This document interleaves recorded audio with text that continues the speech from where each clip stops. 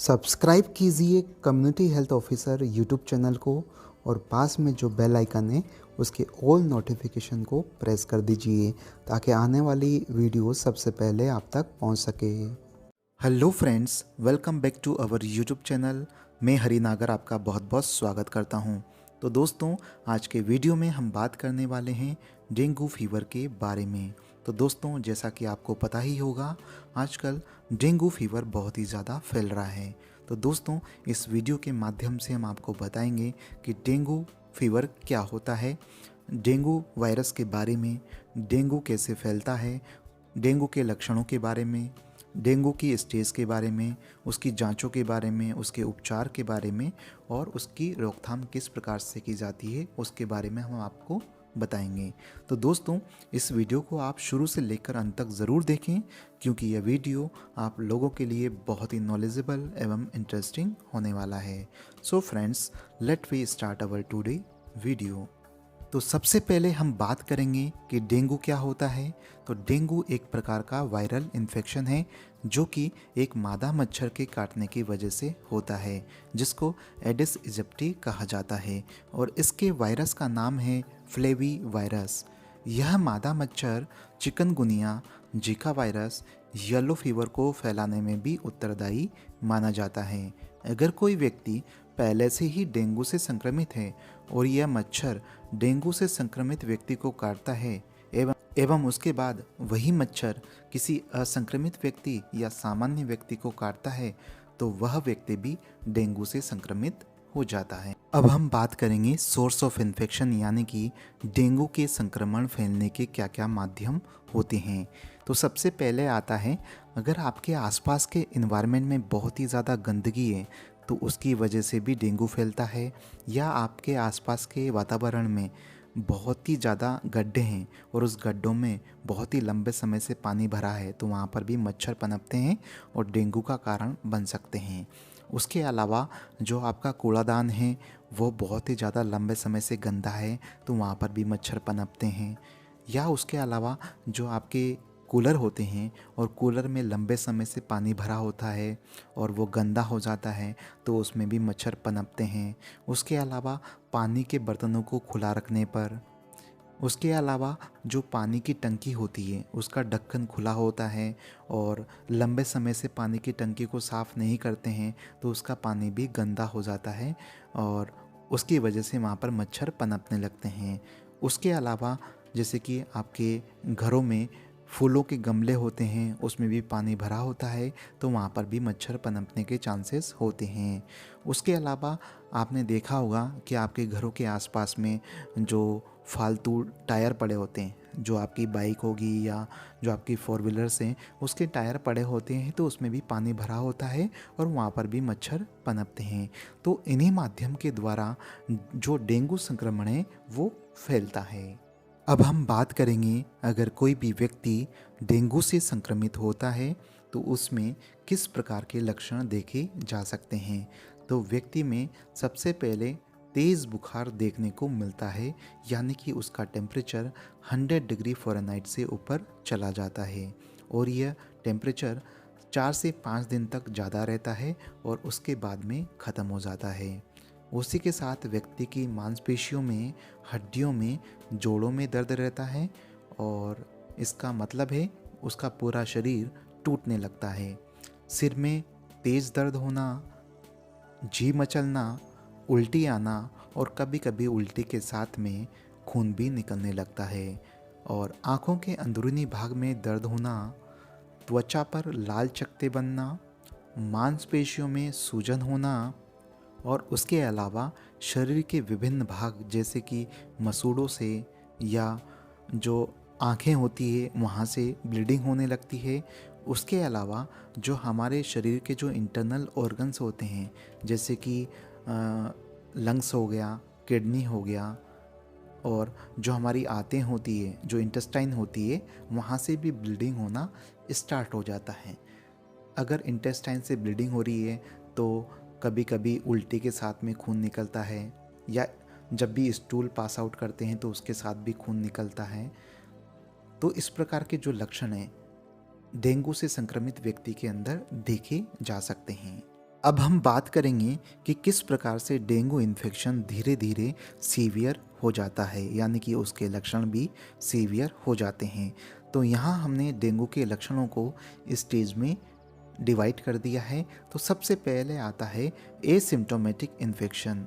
इस प्रकार की स्टेज में व्यक्ति के अंदर किसी भी प्रकार के लक्षण देखने को नहीं मिलते हैं, क्योंकि बॉडी का इम्यून सिस्टम उस वायरस से लड़ने में सक्षम होता है। दूसरा आता है स्टेज डेंगू फीवर। इस स्टेज में व्यक्ति के अंदर वायरल इन्फेक्शन की तरह ही लक्षण दिखते हैं, जैसे कि बुखार आना, शरीर में दर्द होना, सिर में तेज दर्द होना, भूख न लगना इत्यादि।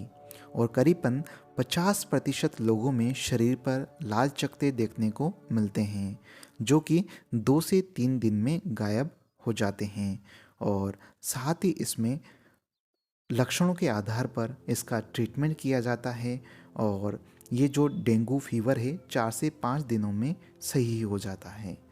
उसके अलावा नेक्स्ट स्टेज आती है डेंगू हेमरेजिक फीवर। कुछ डेंगू केस अपना विकराल रूप ले लेते हैं, जिसे डेंगू हेमरेजिक फीवर कहते हैं। और यह जो फीवर होता है बच्चों में ज़्यादा देखने को मिलता है। इस अवस्था में फीवर के साथ साथ डेंगू फीवर की तरह लक्षण देखने को मिलते हैं, जिसे एक्यूट फेज़ कहते हैं। यह फेज़ 2 से 7 दिन रहती है। उसके बाद शरीर के विभिन्न भागों जैसे मसूड़ों में, आँखों में, त्वचा में और विभिन्न अंगों जैसे आंतों में, किडनी में और लंग्स में ब्लीडिंग होने लगती है। नेक्स्ट स्टेज आती है डेंगू शॉक सिंड्रोम। इस अवस्था में व्यक्ति के अंदर अत्यधिक ब्लीडिंग हो जाने के कारण व्यक्ति शॉक अथवा हाइपोटेंशन, यानी कि उसका ब्लड प्रेशर लो हो जाता है, तो वह व्यक्ति शॉक अथवा हाइपोटेंशन की अवस्था में चला जाता है, जिससे व्यक्ति की डेथ भी हो सकती है। अब हम बात करेंगे डेंगू की जांचों के बारे में। जब भी कोई व्यक्ति डेंगू से ग्रसित होता है तो उस व्यक्ति को किस प्रकार की जांचें करवानी चाहिए। तो सबसे पहले आता है rapid test kit for dengue. तो इसके द्वारा डेंगू का जो एंटीजन है NS1 और जो डेंगू का एंटीबॉडी होता है IgM और IgG का पता लगाया जाता है। उसके अलावा CBC भी करवा सकते हैं, यानी कि कंप्लीट ब्लड काउंट प्रोफाइल करवा सकते हैं, जिसमें RBC का, WBC का, हीमोग्लोबिन का और प्लेटलेट का पता पड़ता है। और स्पेशली डेंगू में प्लेटलेट जो काउंट होती है वो ज़रूर चेक करवाना चाहिए, क्योंकि डेंगू की वजह से प्लेटलेट काउंट गिरने लगती है और उसकी वजह से शरीर के विभिन्न भागों और जो हमारे आंतरिक अंग हैं वहाँ से ब्लीडिंग होना स्टार्ट हो जाती है। तो प्लेटलेट काउंट ज़रूर चेक करवाना चाहिए। अब हम बात करेंगे कि जब भी किसी व्यक्ति में डेंगू का संक्रमण हो जाता है तो उसकी स्टेज के आधार पर किस प्रकार से उसका मैनेजमेंट अथवा ट्रीटमेंट किया जाता है। तो सबसे पहला आता है माइल्ड डेंगू फीवर। इस प्रकार के डेंगू में सिर्फ लक्षणों के आधार पर ही उसका उपचार किया जाता है। अगर व्यक्ति में बुखार है तो एंटीपायरेटिक के तौर पर पैरासीटामोल दिया जाता है। उसके अलावा शरीर में पानी की कमी को दूर करने के लिए उस व्यक्ति को बहुत ही ज़्यादा पानी पिलाया जाता है, ताकि उसके शरीर में पानी का स्तर बना रहे। और उस व्यक्ति को अलग अलग तरीके से ये पानी पिला सकते हैं, जैसे कि चावल का पानी, फलों का रस, नींबू पानी, ORS इत्यादि। डेंगू में एस्पिरिन अथवा non steroidal anti inflammatory drugs जैसे कि आइबुप्रोफेन, डाइक्लोफिनेक को नहीं देना चाहिए, क्योंकि इसकी वजह से आंतों अथवा पेट के द्वारा ब्लीडिंग की संभावना बढ़ जाती है। इसके अलावा दूसरी स्टेज आती है डेंगू हेमरेजिक फीवर। इस अवस्था में मरीज को 24 से 48 घंटे तक मॉनिटर करते रहना चाहिए तथा मरीज को इस अवस्था के डेंजर साइन के बारे में जागरूक करना चाहिए। अगर किसी व्यक्ति में रैपिड टेस्ट किट के द्वारा डेंगू संक्रमण कंफर्म हो जाता है तो उसको हायर सेंटर रेफ़र कर देना चाहिए। और साथ ही ये चीज़ भी देखना चाहिए कि डेंगू का संक्रमण तो है, लेकिन उसके साथ साथ उस व्यक्ति के अंदर डेंजर साइन भी देखने को मिल रहे हैं या नहीं मिल रहे हैं। अब डेंजर साइन क्या क्या होते हैं, जैसे कि लो ब्लड प्रेशर होना, शरीर में पानी की कमी होना, सांस लेने में तकलीफ़ होना, और शरीर के विभिन्न भागों जैसे कि आँखों से, मसूड़ों से ब्लीडिंग होना, और जो पेशाब है उसका कम आना, और त्वचा पर लाल चकत्ते पड़ना, और उसके अलावा जो सोचने समझने की क्षमता होती है उसमें कमी आती है। तो इस प्रकार के डेंजर साइन जब भी दिखते हैं तो उस व्यक्ति को तुरंत हायर सेंटर रेफ़र कर देना चाहिए, क्योंकि ये साइन डेंगू हेमरेजिक फीवर के हो सकते हैं। अब हम बात करेंगे डेंगू की थर्ड स्टेज के बारे में, जिसका नाम है डेंगू शॉक सिंड्रोम। अगर मरीज हॉस्पिटल में शोक की अवस्था में आता है तो उस मरीज को तुरंत हायर सेंटर रेफ़र कर देना चाहिए, और रेफ़र करने से पहले उसको आईवी फ्लूइड देकर उसकी अवस्था को स्थिर किया जाना ज़रूरी है। इस अवस्था में रेफ़र करने से पहले हमको यह प्रिंसिपल फॉलो करना चाहिए। सबसे पहला जो प्रिंसिपल आता है, अगर ब्लड प्रेशर में कमी आती है या शॉक की अवस्था में है वह व्यक्ति, तो उस अवस्था में मरीज़ के शरीर में ब्लड फ्लो या बीपी को स्थिर रखने के लिए 1 घंटे में करीबन 10 से 20 ml प्रति किलोग्राम के हिसाब से आईवी फ्लूइड जैसे कि आरएल या एनएस दिया जाता है। अगर फिर भी मरीज का बीपी सही नहीं होता है तो उसको एडिशनली 10 ml पर केजी के हिसाब से उसको आईवी फ्लूइड दिया जाता है। उसके अलावा डेंगू कंफर्म होने पर, यानी कि जो रैपिड डायग्नोस्टिक टेस्ट किट होती है, अगर उससे डेंगू कंफर्म होता है तो जो मरीज़ के जो घर वाले हैं या जो उसके रिश्तेदार हैं उसको डेंगू की गंभीरता के बारे में बताना चाहिए कि डेंगू कितना गंभीर है, और मरीज को हॉस्पिटल करने के बारे में बताना चाहिए कि इसको हॉस्पिटल में एडमिट करना है और कहाँ करवाना है, और साथ ही शॉक की अवस्था है या हाइपोटेंशन की अवस्था है तो ब्लड का अरेंजमेंट कहाँ से करना है। तो इन चीज़ों के रिगार्डिंग बातचीत करनी ज़रूरी होती है। उसके अलावा रेफ़र के समय रेफरल जो स्लिप होती है या जो पर्चा होता है उस पर आपने जो भी चेकअप किया है, जो भी ट्रीटमेंट दिया है, उसके बारे में वहाँ पर पूरा लिखा होना चाहिए। एवं साथ ही रेफरल सेंटर को भी सूचित कर देना चाहिए कि हम यहाँ से पेशेंट रेफ़र कर दे रहे हैं, ताकि वहाँ पर जाकर किसी भी प्रकार की समस्या उत्पन्न ना हो। अब हम बात करते हैं जो डेंगू का संक्रमण होता है उसको फैलने से किस प्रकार से रोकें।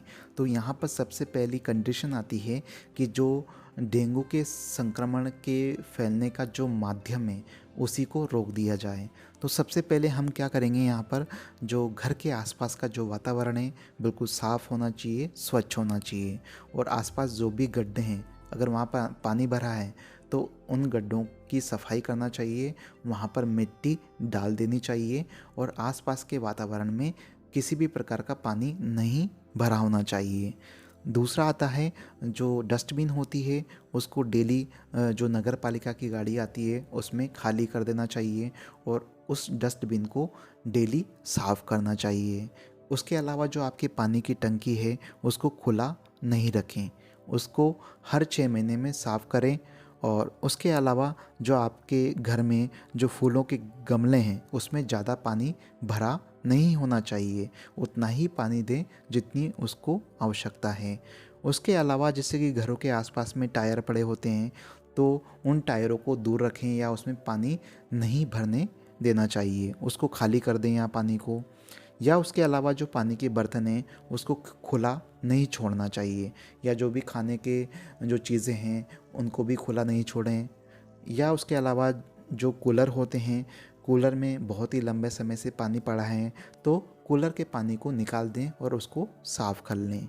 उसके अलावा जैसे कि कभी कभी देखा होगा जो तालाब होते हैं या जो छोटे छोटे रिजर्वोयर होते हैं, जलाशय होते हैं, तो वहाँ पर पानी भरा होता है लंबे समय से और वहाँ पर मच्छर पनपने लगते हैं। तो इस प्रकार के जो पूल्स होते हैं या स्विमिंग पूल्स होते हैं या जो पॉन्ड होते हैं वहाँ पर एक फ़िश आती है जिसको बोलते हैं गप्पी फ़िश।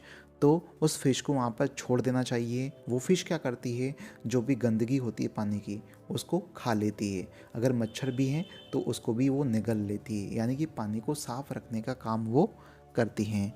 तो इस प्रकार के प्रिवेंटिव मेजर्स की वजह से क्या होगा, जो डेंगू के संक्रमण के फैलने का जो माध्यम है वो रुक जाएगा। दूसरी कंडीशन आती है, अगर वहाँ पर मच्छर पनप गए हैं तो उन मच्छरों को काटने से किस प्रकार से रोका जा सकता है। तो आप क्या करें, सबसे पहले जो घर के आसपास अगर मच्छर हैं तो मच्छर को मारने के लिए आप जैसे कि पेस्टिसाइड का इस्तेमाल कर सकते हैं या स्प्रे का इस्तेमाल कर सकते हैं। और आपके जो घरों में खिड़कियां हैं, दरवाजे हैं, वहाँ पर जाली लगा देना चाहिए ताकि मच्छर अंदर ना आए। उसके अलावा जैसे कि पूरी आस्तीन के कपड़े पहनना चाहिए, ठीक है। और जब भी आप सोते हैं या घूमते फिरते हैं तो एक क्रीम आती है, वो क्रीम पूरे शरीर पर लगा देनी चाहिए जिससे कि आपको मच्छर ना काटें। उसके अलावा सोते समय मच्छरदानी का आप उपयोग कर सकते हैं। तो इस प्रकार के प्रिवेंटिव मेजर्स की वजह से डेंगू के जो संक्रमण होते हैं उसको फैलने से रोका जा सकता है। तो दोस्तों, आशा करता हूँ आपको ये हमारा वीडियो नॉलेजेबल लगा होगा, इंटरेस्टिंग लगा होगा। अगर लगा है तो प्लीज़ इस वीडियो को लाइक कीजिए, शेयर कीजिए, और किसी भी प्रकार के क्यूरीज हैं तो कमेंट बॉक्स में जाइए, कमेंट करिए। Thank you so much.